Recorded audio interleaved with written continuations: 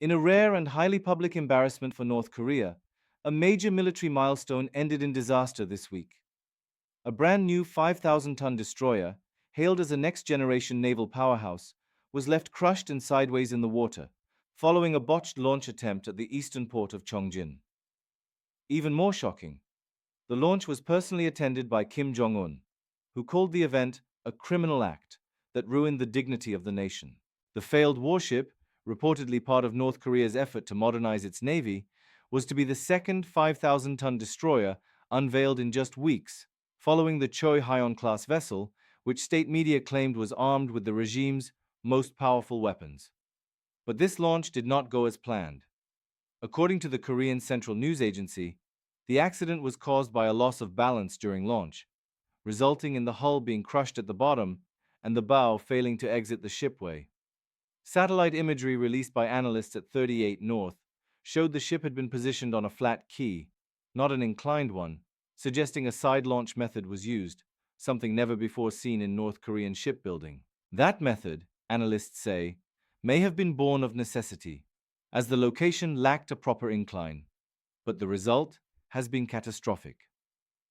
South Korea's military confirmed that the warship now lies sideways in the harbor, a glaring failure in full view of the world.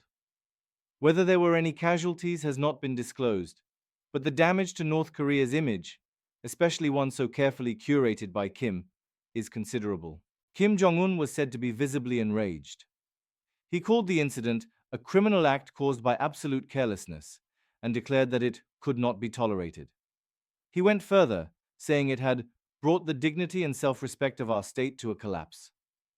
In North Korean rhetoric, such a public condemnation is almost unprecedented. Kim has vowed that those responsible will face judgment at the next plenary meeting of the Party Central Committee, to be held next month. He has also ordered that repairs must be completed by June, no matter the cost. But observers are questioning how feasible that timeline is, given the reported extent of the damage. Structural crushing of a ship's bottom could require months, if not years, of reconstruction. Moreover, trust in North Korea's naval innovation has been shaken. Their previous destroyer launch was used to demonstrate strength and signal military parity with rival nations. This launch, in contrast, has become a global symbol of humiliation.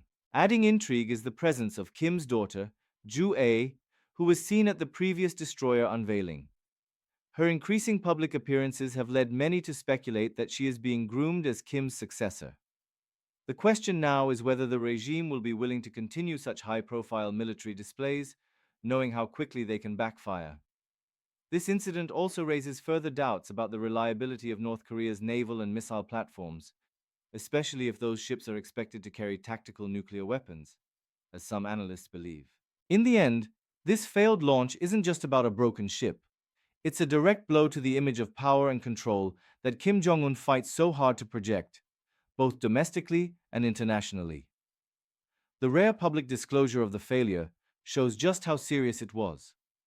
In a regime known for secrecy and propaganda, admitting such a blunder is almost unheard of. Whether this sparks real change in military procedures or merely a new round of purges and scapegoating remains to be seen. One thing is clear. For all of Pyongyang's boasts, even the most rigid dictatorship can't control physics. And when a warship slips, it brings far more than just metal down with it.